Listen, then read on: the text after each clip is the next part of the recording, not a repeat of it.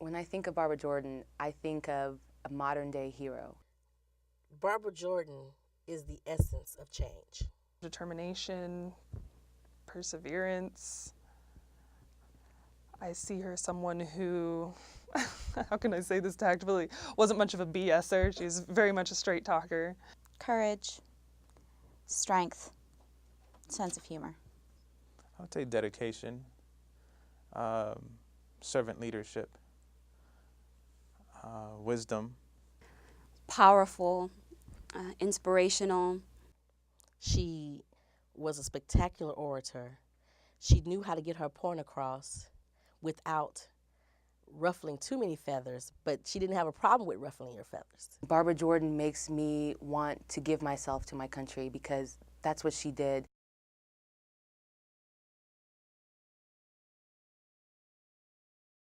I first came to know about Barbara Jordan at an early age. I'm from Houston, and my dad is actually from Fifth Ward, which is the neighborhood where she was born and she grew up. And he went to Texas Southern University, where her papers are located, and there's a legacy of all of her work that she's done there. And so from an early age, I knew of her importance, but it really wasn't until I came here that I really began to take a look at all of the accomplishments and the work that she did, not only for public policy, but for the community at large. Well, I first became aware of Barbara Jordan when I was in third or fourth grade.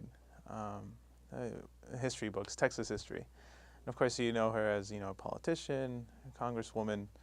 But it wasn't until, which is funny, it wasn't until I got to LBJ and I went to orientation, they showed us a video of one of her speeches. And she was talking about leadership and you're having to dedicate yourself to public service. In middle school, we had a day to go, and I think it was probably during Black History Month. I checked out a book in the library about Barbara Jordan. It became more apparent to me how important she is coming to Texas. I mean, airport terminals and schools, and everyone knows about Barbara Jordan in Texas. Embarrassingly enough, I was introduced to Barbara Jordan when I came to LBJ School with her acceptance speech at West Point, and I fell in love with Barbara Jordan. Her voice just, it takes over everything, and every time I walk into the hallways of LBJ, I could just hear her saying some of these words.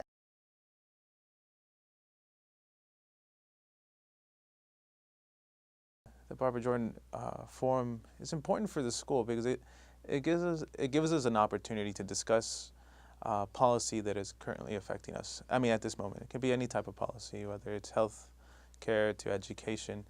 And for the school, I think, it's a place where you exchange ideas and try to find, solutions or methods of addressing the issues that are occurring right now. So I think that's why it's really important. And it continues to, remind everybody of who Barbara Jordan was. Because it's good to remember. It's good to have that historical figure, and not only to have an image of her up on the wall with, whoever's sitting in her chair, but also to have that chance every year to come back and think again about who Barbara Jordan was and to revive that memory and that legacy. It's so important that this forum is taking place in a time where so much has happened in the past 2 years, 3 years. You don't have to be from Texas. You don't have to be Black. You don't have to be a female to make a difference.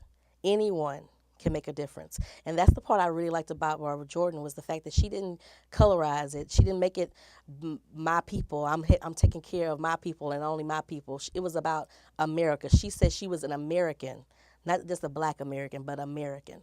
And I think that's what the forum is about. The forum reminds us that it's everyone's responsibility as Americans to make sure that people realize that this is important for us to make a difference in the world. The Barbara Jordan National Forum is very important to students everywhere, public servants, because it puts at the forefront, in front of the community, the public, what issues affect us on a daily basis.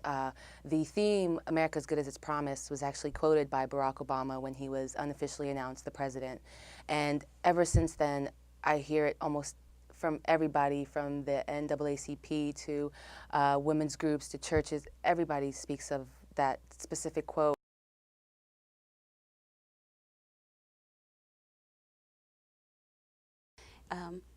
I think right now the question of America as good as its promise is in the process of being answered. And it will take time for us to really have a definite answer of really if it's being actualized. And we have an African American president. For the first time, we had 2 women candidates. I think Barbara Jordan would say we have to keep renewing that promise. You can't just base it on the promises of the past. You've got to look to those, but you've got to keep looking ahead and keep asking that question and keep reframing that question and keep thinking about not only what promises did we hear as children, but what promises do we want to make to our children. In the nature of Barbara Jordan being someone who is a straight talker, I believe her opinion would be like, no, we haven't fulfilled the promise. Barbara Jordan had an undying belief in the Constitution, even during a time when she wasn't recognized in the Constitution. And I think that the reason why we put Barbara Jordan's name on this forum is because she talked about ethics and leadership. She talked about, serving the public, and as public servants, we need to be the example. I think she would come back at us and ask us, are we being as good as our promise? Because she was the inquisitor, right? That's her job. That's the part I liked about her, is the fact that she would answer a question with a question and say, okay, so are we actually being as good as we promised? And if we're not, what can we do to make that change? How can we make the promises and keep our promises that we've made?